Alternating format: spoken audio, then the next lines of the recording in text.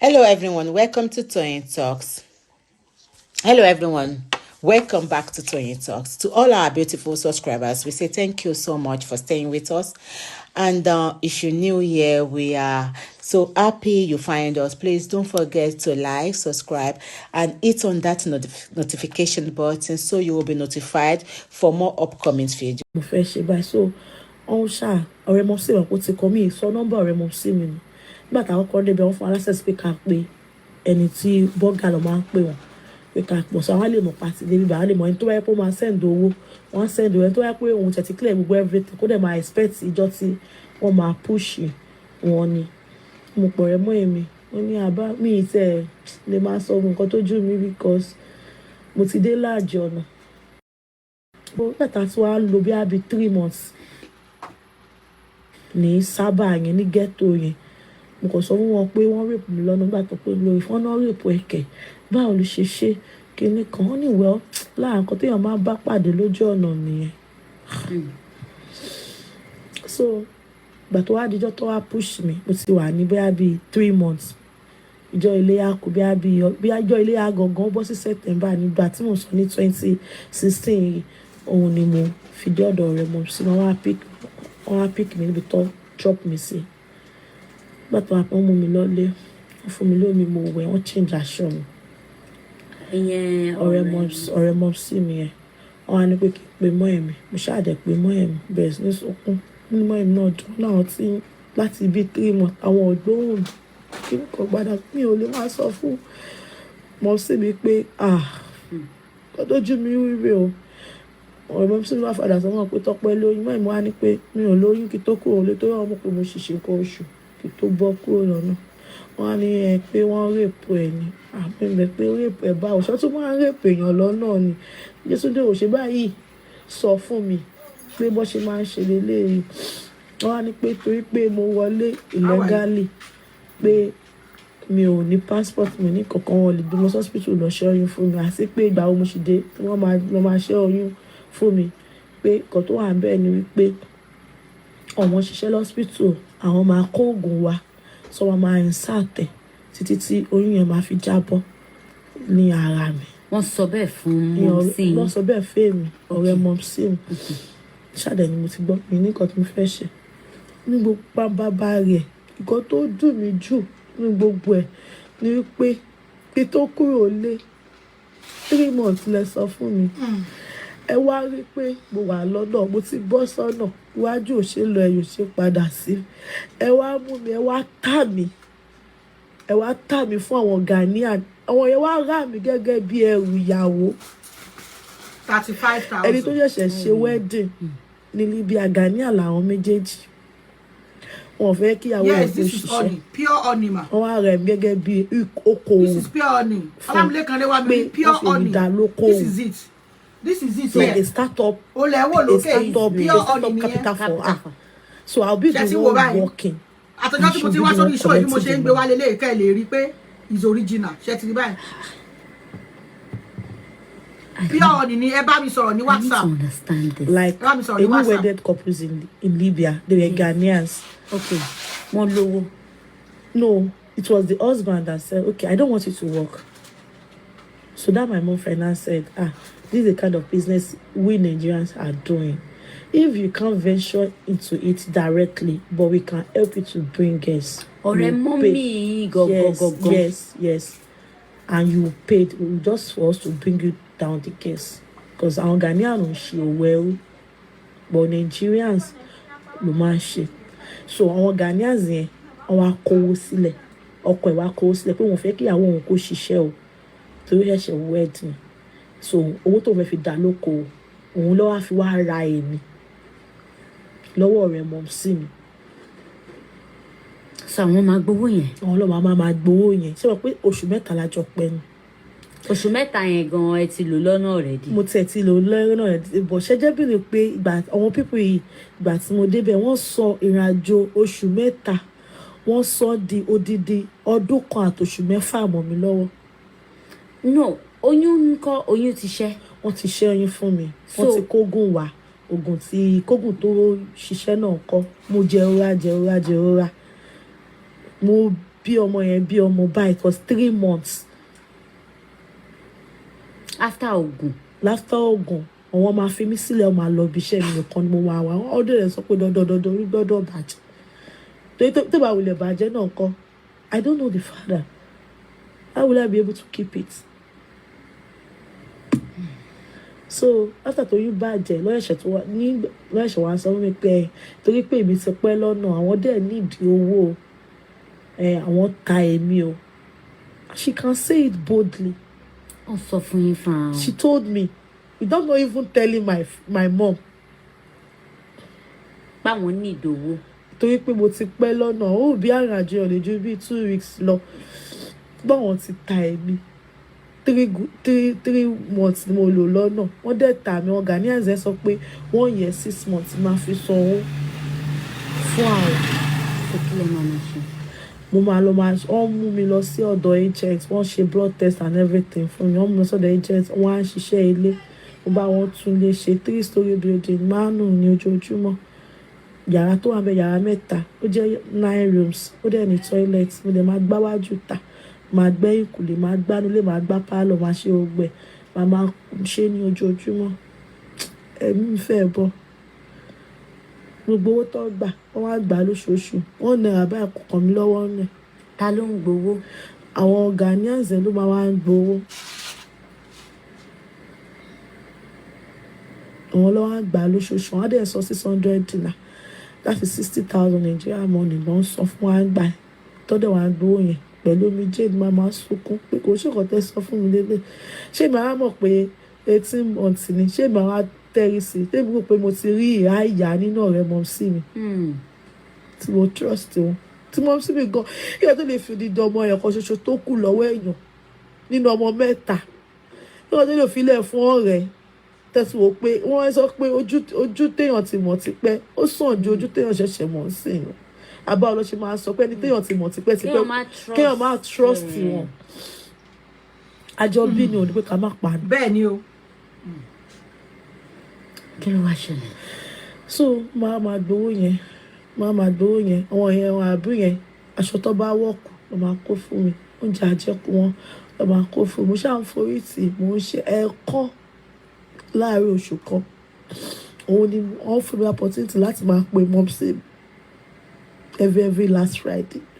Tí bá pè bá ẹbí sọ̀rọ̀ màmá sókòdè mo ìbá ní kí ló dé mi ò ní lè explain mi ò ní lè sọ pé báyìí ló ṣe rí 10,000. báyìí ló ṣe gbà 10,000 rẹ o. títí ọdún kan pé oṣù mẹ́fà 40 pieces 24,000. 20 pieces 12,000. kéèyàn lórí àjọ ọdún kan bó tiẹ̀ jẹ́ 5,000 lèèyàn send káàtì ẹ̀ ṣe bọ̀ àbí kí ló mú mi ṣe bí 12,000.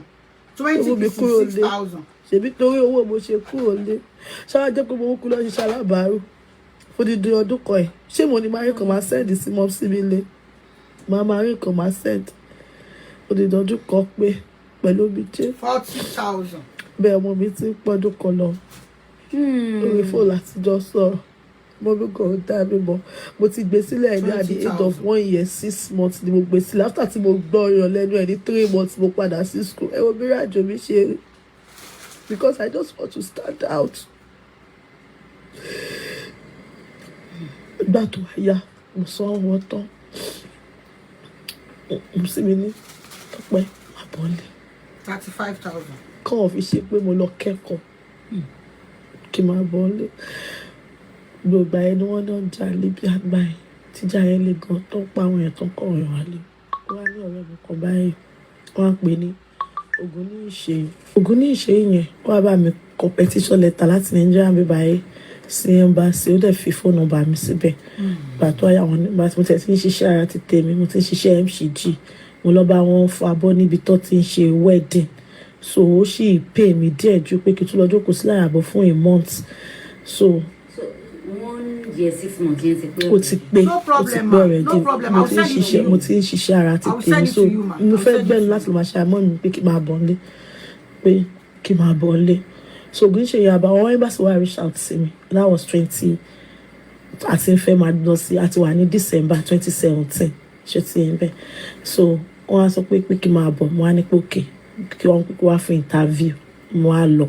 So ní December yẹn àti fẹ́ wọ January ní 2018 wọ́n á pè mí pé January 5 o 2018 ní TC mi o pé máa lọ sí Nigeria, mo lára àwọn tó ń lọ sí Nigeria. Inú mi dùn, mi ìkókó ní kankan náà, mo ṣàṣà àwọn kankan díẹ̀, owó ṣẹ́ tí mo wá ṣe mo wá change ẹ̀ sí dollar which is $100, $600 àfi ń ṣe $100, 60,000 Nigeria money mo wá mú dání. Owó yẹn bẹ́ẹ̀ ni pé millions ni mo mú dání lójú tèmi. Mo ṣàwà lọ on my way to the embassy to get my TC. Ọlọ́pàá mú mi lọ́nà.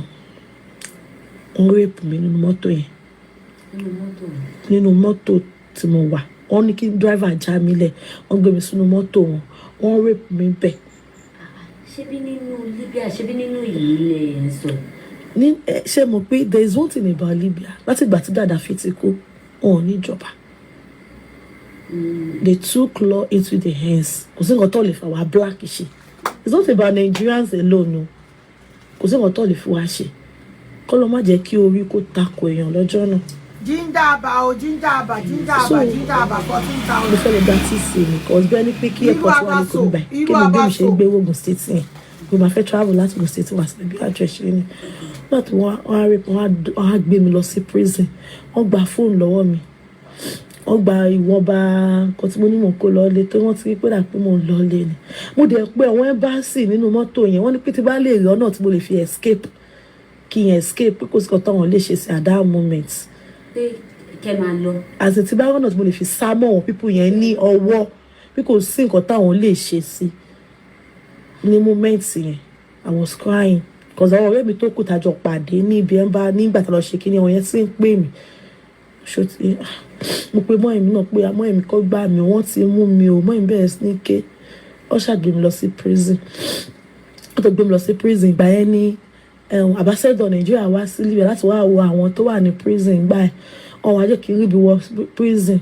Mo sọ bí apọ́n máa tẹ̀ ṣe fi mi sílẹ̀ ìgbà tó rí pé kò fi ṣe aṣẹ́wó ni mo kúkú ṣe wọ́n rí gbogbo làálì lọ́wọ́ mi pé mo ṣẹ̀lẹ̀ lọ bá wọn ṣe wedding day tán ni torí tó wá fẹ́ ṣe wedding làálì lọ́ máa ń tọ́ sọ́wọ́ wọn dẹ̀ ní pé kí n pe àwọn àràbù mi. Nígbà tí mo dẹ̀ pọ̀ àwọn àràbù mi ní pé àwọn lè wá gbà mí but bá ti wá gbà mí o máa tó àwọn yẹn náà fẹ́ jẹ́ kí n lọ pé máa fi ṣiṣẹ́ 3 months padà fún àwọn o mọ̀ pé oníbàárà àwọn ilé náà tún bó olè ń bọ̀ ni o mi sọ wọ́n pọ̀ tì kọ́ máa wọrí bó ṣe nígbà tó wà lálẹ́ wọ́n wá mú mi wọ prison wọ́n wá fún mi ní blanket àwọn ẹlẹ́wọ̀n toothbrush àwọn ẹlẹ́wọ̀n tó máa ń lò wọ́n ṣàkó fún mi pẹ̀lú ọṣẹ wọ́n kó fún mi àti slippers tó máa ń lò wọ́n á mú mi wọlé sínú prison. Mo yẹ wọ prison báyìí wọ́n mú mi lọ sí session àwọn obìnrin mo wá rí àwọn obìnrin wọ́n pọ̀ gan bẹ́ẹ̀ o.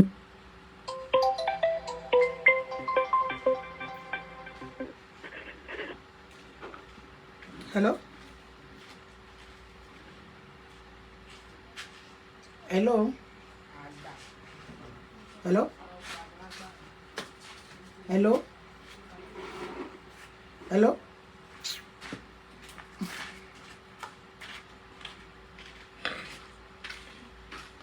Àti Bíọ́lá èrò pọ̀ kò kì í ṣe Nàìjíríà nìkan o.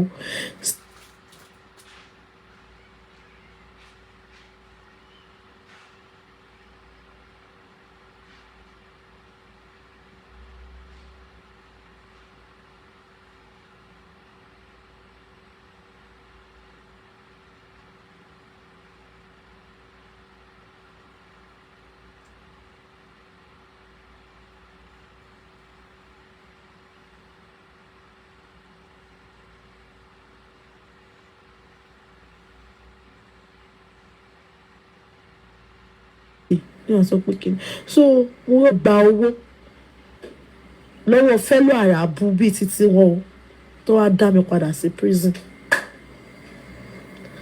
tó wá dá mi padà sí boy torí pé ó rò pé tó bá mú mi wọlé àwọn ìlú tó fẹ́ ṣe banamish tó fẹ́ jáde wọn ò ní fẹ́ ṣe mọ́ wọn ò ní rí nǹkan jẹ nígbà táwọn yẹn bá ti rí pé wọ́n dẹ̀ ti fi ìbọn gba owó tó wọ́n mọ̀ pé màá lọ sọ fáwọn yẹn ọlọ́pàá kan wá mú mi sí prison iwájú ìta mú ti wá sọ pé wo at this point tí wọ́n fẹ́ pa mí àti bí ọlá kọ́ pa mí kò sí bí oní kankan tí mo gbójú lè mọ́ nǹkan tó tún kù ìyá mi kù ló tún lọ tà lórí ìrìn àjò yìí sọfẹ ikú ló dé kú mo ṣàbẹ̀rẹ̀ sí ní sunkún mo fara ya bí ọlọ́pàá kan ṣe wá rí mi nìyẹn ó wá ní pé pé òun ní àwọn Ghanaian tí mo sọ pé Ghanaian ni mi pé Ghanaian náà tà mí fún Ghanaian passport ni mò ń lò passport mi wà lọ́wọ́ mi Ghanaian passport mo náà ó change orúkọ mi sí Ibrahim Aishat since mo sọ pé Ghanaian ni mò ń jẹ́ ni ọmọ Ghanaian ni òun náà Ghanaian cause aside from police work on the side also wọ́n máa gba contract ilé òun náà Ghanaian so wọ́n á ṣiṣẹ́ fún òun kan pé òun á mú mi lọ sí ibẹ̀ òun bá mú mi lọ sí ibẹ̀ pé a lè jọ sọ̀rọ̀ gẹ́gẹ́ bí ọmọ ìyá sí bàbá wọ́n á lè mú mi lọ sí ilé ṣòsì ẹbẹ̀ yẹn pé bọ̀kọ́ tóun kàn máa ṣe ni pé ẹ̀yin búùtù lòun máa dé mi mọ́ o tóun máa fi lè gbé mi escape láti prison kan ní ní prison bọ́ta cause mi ò lè dá bọ́ta ní gate prison without pé ọlọ́pàá ló gbé mi jáde wọ́n á ní mo ti gbọ́ tí ìbá ṣáàkù ó ṣàdé mọ́ ẹ̀yìn prison ó dé mi mẹ́yìn kíní ó gbé mi bọ́ta ó já mi lẹ̀ fún àwọn Ghanaian yẹn àwọn Ghanaian tó wá já mi fún ìgbà tó di láàárọ̀ àti Bíọ́lá orí change ìlú yí padà àwọn ẹni wọ́n ti ra mi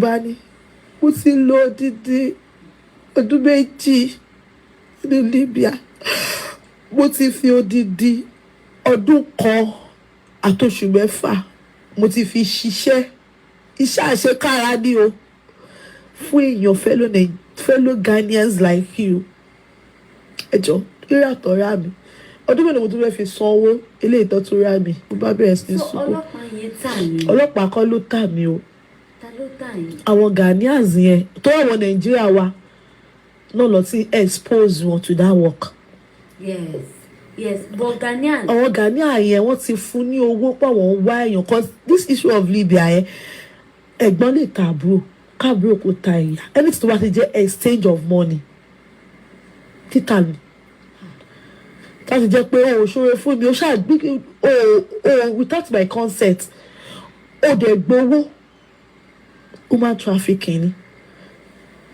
so wọ́n ti fún yẹn lówó pé àwọn wá èèyàn ó lè jẹ́ pé òun wò pé bí àwọn máa wá girlfriend òun àbí náà ọmọ ilé aṣẹ́wó kan tóun máa lọ gbé tóun máa gbé lásìkò day break tóun máa tà àbí kóun yẹn kan tó wà stranded tó ní pé òun need the help kóun so ọlọ́run máa jẹ́ kí n ṣe kéèyàn ṣe kò gẹ́ nǹkan burúkú so wọ́n ti fún Ghanaians ẹ̀ lówó pé àwọn need èèyàn tó ń fẹ́ rà ní ìlú bòmí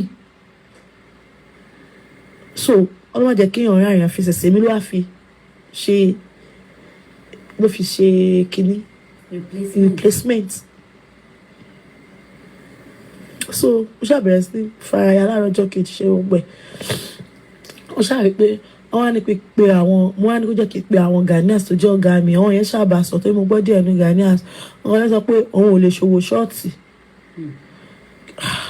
àwọn yẹn náà kẹ́lẹ́ bá ọjà wọ́n wá ní wọ́n tàyàn kan sí ẹ̀rọ kan ò lè bẹ́yàn kankan jà kò sí ìjọba kan nígbà tó yẹ pé àwọn tó ní ìlú bẹ̀ gan they took law into their ká tó wá sọ pé àwa Nigerians àtàwa Ghanaians àwa Africans tó kù so wọ́n sọ pé tó wá jẹ́ bẹ́ẹ̀ ni àwọn lọ sọ́nà ilé tèmi o pé àwọn èèyàn kan lọ sọ́nà ọbẹ̀ wọ́n gbé mi sínú mọ́tò wọ́n ti gbé mi sínú mọ́tò kan pé bá ti déwájú lè kẹ́kọ̀ọ́ fún wọn lówó mọ́tò kí fún wọn lówó mọ́tò which is 200 naira láti 20,000 nínú bá dùn ẹgbẹ́ tí mo á wọnú mọ́tò wá jẹ́ pé ẹni tí mo bá ń bẹ̀ kò kí n ṣe ọmọ Ṣàgámù bọ̀ Yorùbá ni bọ̀ ọmọ Rẹ́mọ ọmọ Ìjẹ̀bú ọmọ Rẹ́mọ gọ́gọ́ ni àjẹjọ́ ń sọ Ìjẹ̀bú kò lè torí yẹn kò tiẹ̀ wo bọ́ mi lára pé tó pé èmi nìkan níyà mi bí kò tún wo yẹn bọ́ mi lára àṣẹ ọkọ ẹ ló ní connections which is ilé aṣẹ́wó tó ń kọ́ ọmọ Nàìjíríà sì ní ìlú tó ń pè ní Mustrata ó tó láti bí báyìí sí bí abẹ́yẹn lọ sí bóyá Kano àbí Abuja ṣálẹ́sẹ̀ Abuja ó tó láti bí báyìí sí Abuja ní ibi tó lọ tàmí sí ọkọ ẹ ló ní ibẹ̀ iṣẹ́ táwọn ń ṣe ni Ghanaians lọ́kọ ẹ̀yẹn o but Nigerians ló ọmọ ọ̀rẹ́ mọ̀dẹ̀ ní adẹ̀jọ́ ń sọ èdè Ìjẹ̀bú báyìí ó ti ẹ̀ rọ́gbọ́ mi lára tí mo dẹ̀ tún sọ ọkọ̀ tójú mi ti rí tẹ́lẹ̀ ò tún rọ́gbọ́ mi lára bàtà níwájú ilé or people you drove up me lọ́tà mi. Nígbà tá a débẹ̀ wà délé aṣẹ́wó gbogbo 2 years tí mo lò Libya mo ò ṣiṣẹ́ aṣẹ́wó rí. Ó sọ pé máa ṣe nìyẹn ó ní kó jọ mo ti pé ìlò olówó tàti ẹ̀ sọ ẹ̀ wọ́n ní pé at least within 6 or 3 months tí bá tètè ṣe kíá dáadáa wọn ẹlòmíì wọ́n fi òbò wọn pa 2 million láàrin oṣù kan tí bá tètè jára mọ́ within 3 months tí bá tètè ṣe tá 6 months máa ṣe tán èlò wọn sọ yẹ fún mi. ni wọ́n tà yín fún wọn. wọ́n pé kí n béèrè pé èlò ni wọ́n sọ bọ̀ ọkọ̀ sọ fún mi pé oṣù ni màá fi san owó tí bá tán ọba wò tí bá láàrin 3 months tí bá ṣiṣẹ́ dáadáa 3 months tí wọ́n bá rí pé ó ti tó kí náà wọ́n máa fi bẹ́ẹ̀ bá pé 6 months náà dẹ́ni. àpò wọ́n tí ìjọ kan tó jẹ́ pé mi ò ní experience tó jẹ́ pé mi ò mọ bó ṣe attend sí wọn wọ́n já mi sí òun ọmọlúwàbí for a whole day and even then hot cake ni mo jẹ́ cause wọ́n ṣe mú mi wọlé. kí lẹ máa ń ṣe. iṣẹ́ aṣẹ́wó ni. ní o bó ṣe já yín sí òòrùn láti. kí mo fẹ́ ṣe mo fẹ́ bá wọn jà ni I'm helpless kó sì kàn mo fẹ́ ṣe tí mo fẹ́ gba etí wọn dà mo fẹ́ bá wọn jà ẹbọ yógún tí mo ti là kọjá sẹ́yìn ó ti sọ mí wò pé mi tó bá dání sí là ń gbé. 24,000. bẹ́ẹ̀ ni pé yes bẹ́ẹ̀ ni pé kí n rí ọ̀fẹ́ tó máa gbé mi. People are just like máa ṣiṣẹ́ yìí ni because àwọn ò lè lose I have to do the job. I did it. Any option. If I could flash back then 10 to 12, 15 men in a day having sex with us. No, I don't get. 10, 15 or 12 jọ́ tọ́jà ọba yá ní 10 jọ́ tọ́jà ọba yá ní 12 tó bá ti ṣe kíní dáadáa ní wíwá 15 men in a day because ọba pè ní ìkan tẹ́ pé short rest within few minutes of the house so kọ́tà àdéhùn ká máa ń kọ́ sí. lọ́mọ máa bá yín lájọṣepọ̀. Yes, as àwọn yẹn máa wá every day mo náà tí mo bá bẹ̀ jẹ́ pé wọn ò ní wọ́n bù mọ́ tó bá jókòó báyìí gbogbo ìdí wọn máa show me ni. I meet some guests there that they don't have hope anymore. And then they don't talk about it back calm down. What is what they call something? They call them get out of there. They still want to make their own money because the thing has brought a stigma in their hearts. What if stigma is there? One, they don't have any means to correct it again. They still have to do the job also.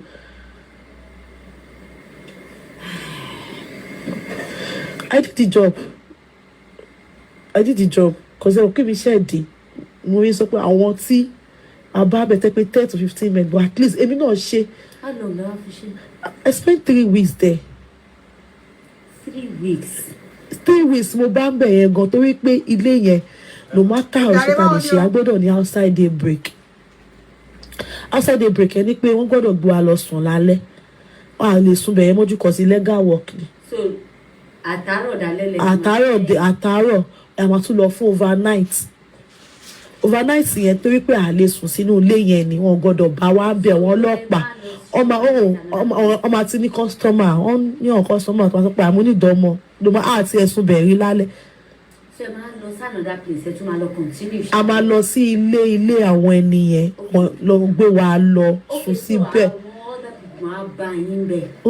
Like gbogbo a ṣe wà nínú ilé yẹn sí a lè sùn bẹ̀rẹ̀ mọ́jú lálẹ́ so wọ́n máa ti bá wa wá èèyàn tó máa lọ bá a sùn fún night. Okay, so ilé àwọn yẹn lè máa ilé àwọn ọkùnrin yẹn la máa wá lọ sùn sí so tó bá di láàárọ̀ èèyàn kan nìyẹn so tó bá di láàárọ̀ ló máa wá gbé wa láàárọ̀ fún ara wọn láti lọ drop wa sílẹ̀ máa lọ máa gbé wa that very day tí mo fẹ́ escape yẹn èmi nìkan ló kọ́ gbé dé sí ilé yẹn láàárọ̀. And we have about 15 guests in the house. Kálukú wọn náà dẹ̀ sọ eré tí wọn. So bó ṣe wá gbé mi débẹ̀ láàárọ̀ yẹn mo tẹ̀ tí ń sùn gan. bí kọ̀ọ̀kan náà ṣe yìí jí mi ni àkọ́kọ́ wọn pẹ́ẹ́ntì mi náà ń gbìyànjú gan Nàìjíríà wọ́n ń gbàdúrà wọn lọ sí different church pé kí dìde kúrò ní tí mo wà bẹ́ẹ̀ ni pé something was talking to because white garment church mo ń lọ kí tó kúrò Nàìjíríà because mo fira mi sínú a 3-day dry fasting mo dẹ̀ ń ṣiṣẹ́ yẹn mọ̀ pé ọkàn mi ni o mọ̀ pé I have to leave this place bí àánú yẹn lọ àti àánú omi jẹ́ ojú ìyá mi òun ni mo rí gbà mo ṣe lọ mo fo fence mo bọ́lẹ̀ ọ̀tá ìwo mo jọ wèrè mo jọ asín fẹ́ǹsì nínú ilé yẹn mo fi bọ́ sí other side mo wá bọ́ sẹ́gbẹ̀ẹ́ títí mo bẹ̀rẹ̀ sí ní kò sí bàtà lẹ́sẹ̀ mi mo rí òyìnbó kan àràbù òyìnbó mo wá sọ pé kókó jọ àti nìyà náà tẹlifóònù mi lálẹ́ kókó fún mi fóònù ó ní ṣì ní ó pariwo mọ́ mi òun máa pọ̀ ọlọ́pàá mo sáré kúrò bẹ́ẹ̀ mo ṣáà ṣe sọ́dá side mo wá sọ́dá mo ṣáà bá mo wá àwọn blacks boy ń bá mi so mo ṣáà ní kọ́ tí mo wá rí ó ń ṣe lẹ́gbẹ̀ẹ́ títí ó máa ń gé oúnjẹ àwọn ẹran mo ní kó kọ́kọ́ bú mi kúrò kó wá lọ sẹ́yìn mo kó jọ kó fún mi fóònù the first time kọ́ pé ènìmọ̀ ìmọ̀ ìmọ̀ náà wọ́n ṣe kúrò lórí òkè church wa ni pé àwọn ṣe kúrò bẹ́ẹ̀ ni pé aṣọjọ́ mẹ́ta ló wà lọ́wọ́ àwọn ò lè wẹ̀ wọ́n ò lè fọ́ọ̀nù buhari pé kó ṣàbàfàdúrà so wọ́n á ní kó fún mi nọ́mbà ọ̀rẹ́ mi tó wá àtàjọ́ gbélé kan torí bills ilé a máa ń split àwọn mẹ́ta lè wà ní yàrá kan ó ṣàwà fún mi nọ́mbà mo wá bẹ̀ ẹ́ kókó jọ pé help tó bá lè ṣe fún mi bí a kò bá mi wá driver kó wá gbé mi pé bí báyìí ni mo wà wọ́n wá pè mí padà pé àwọn ò rí driver bọ̀ driver tó wà nínú ìlú yẹn tó ń lọ sí ìlú kejì tó wá fi kan ọ̀dọ̀ wa gangan ló wà around pé kò sí driver tó wá láti ibẹ̀ wọ́n á bí a kò ṣe bẹ́ẹ̀ mo láti fi ìgbàgbọ́ mi tó fi gbé driver yẹn wá gbé mi wá drop mi fún driver tó ń bọ̀ láti ìlú yẹn tí náà bí àmì náà ṣe move yẹn náà ti ń bọ̀ ó wá jọ pick ó wá ṣàgbé mi délé láì délé mo fall sick torí ọkọ mi ò tẹ̀dẹ̀ sí bẹ́ẹ̀ mọ́ ọkọ mi ò sí Libya mọ́ nílé ní ọ̀dọ̀ wa ní ibi tó yẹ kó ti drop mi the first place tó fi drove up ní Gaza Kiad because mo ní àwọn mẹ́ta là ń gbélé so a máa ń split owó torí owó bills yẹn so mo ní sọ kókó jọ kó jẹ́ kí n máa lọ lé ẹ̀mí mi ò dúró Libya mọ́ because pains yẹn tí ó dàbí pé mo ṣì wà nínú nǹkan yẹn pé kó jẹ́ kí n máa lọ láti pé torí mọ́ mi ìròbíà ọ̀rẹ́ mi ní pé kí n ṣiṣẹ́ owó kí tiẹ̀ mo ní kí n máa lọ lé kí n máa lọ àbẹ̀rẹ̀ tó ṣiṣẹ́ owó sí àtúnkọ̀ tó lè ṣẹ́ mi ìmọ̀kọ́ tó dé tọ́lọ́ ṣe yọ mi tó ṣe gbá bíá ṣàpàdà sí mo ṣáà gẹ́tì tó pẹ̀lú ẹ́mbàsì wọ́n pe wọ́n ní kí n wá jọba ìmọ̀ lọ́bẹ̀ ọ̀rẹ́ àwọn tí wá mi go prison ó ní kò tẹ̀lé ní ìkẹ́ wá mi bí ìbíbo ìwà mi ò ní wá bí ìdíbò kan tí mo ń lọ ní ẹ̀pọ̀ nǹkan ò pé kíkọ̀ wá rẹ́gísítà kìdẹ̀ lọ wá mi kan lọ stéèsì mo ní ìbínú kan tí mo jẹ́ pé kí n máa sùn lẹ́lẹ̀ ẹ́mbàsì títí mọ̀ pé mo ti miss flight by IOM títí flight máa fi rẹ́dì wọ́n ṣàdẹ̀ gbà mí wọ́n á fi mí pẹ̀lú àwọn gẹ́ ọ̀kan nínú ibì kan tó fi ṣe store táwọn girls ẹ̀ abí mẹ́ta làwọn abẹ́ tàṣà títí after 2 weeks lọ tó send the flight wa mo wá wà lára àwọn tó ń lọ. kí lẹ̀ ń jẹ. àwọn bọ̀ wa náà wọ́n ń gbìyànjú Nigeria embassy wọ́n ń gbìyànjú agbára wọn bọ́ kó dá. yes àwa mẹ́ta làwọn abẹ́ wọ́n dẹ̀ ní camp àwọn IOM bọ̀ nínú embassy yẹn àwa mẹ́ta lóbìnrin tó wà bẹ́ẹ̀ wọ́n ní àwọn other camps tó kù náà. ọmọ máa bọ́ wọn. so nígbà tí wọ́n á tó send the flight wọ́n á pick wa that day I was so happy. story yìí ó so weigh me down. even though I'm going home with nothing but I'm going home with my life. so nígbà tó wá pick wọ́n á dọ̀pọ̀ wá sí Port Harcourt wọ́n isolate wá síbẹ̀ to get some information from us document how we understand. so nígbà tó wá di after a week's federal state government Senator Ibukula Amosu sent a free all send the kini to governor president ló send the charter flight free flight láti wá gbọ́ àǹgbà because mo ti miss flight yẹ kí n bá lọ gangan about 3,000 ládé ńgbà 3,000 not 3,000 ládé nígbà yẹn that's 2018 February. èrò pọ̀ àwọn tó wà prison náà wọ́n kó ọ̀pọ̀ lọ wa o àwọn sí prison wọ́n pọ̀ so nígbà táwa dé pé kọ́ wa gbé wa So the bill to Abu Swad go fi 18 passenger lo fi at least I thought wala to go state bi 50 moto yẹn pọ̀ bi mẹ́ta o ko lọ́dọ̀ pasi cultural center l'Abẹ́òkúta. So after to da sí cultural center ní Abẹ́òkúta, so then nìkan parent wa fi N9 àbí any means of identification láti wa fi wa máa gbà wá.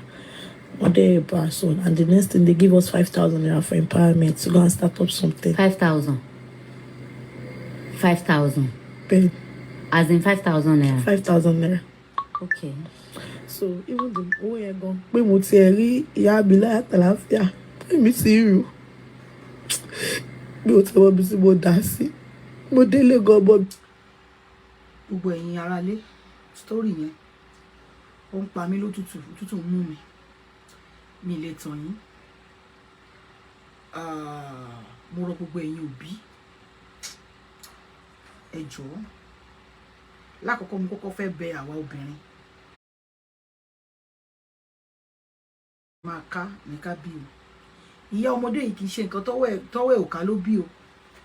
Nǹkan tọ́wọ́ ẹ̀ ká ló bí o. Nǹkan tọ́wọ́ ẹ̀ ká òun ló bí. Worse than her. I won't say it.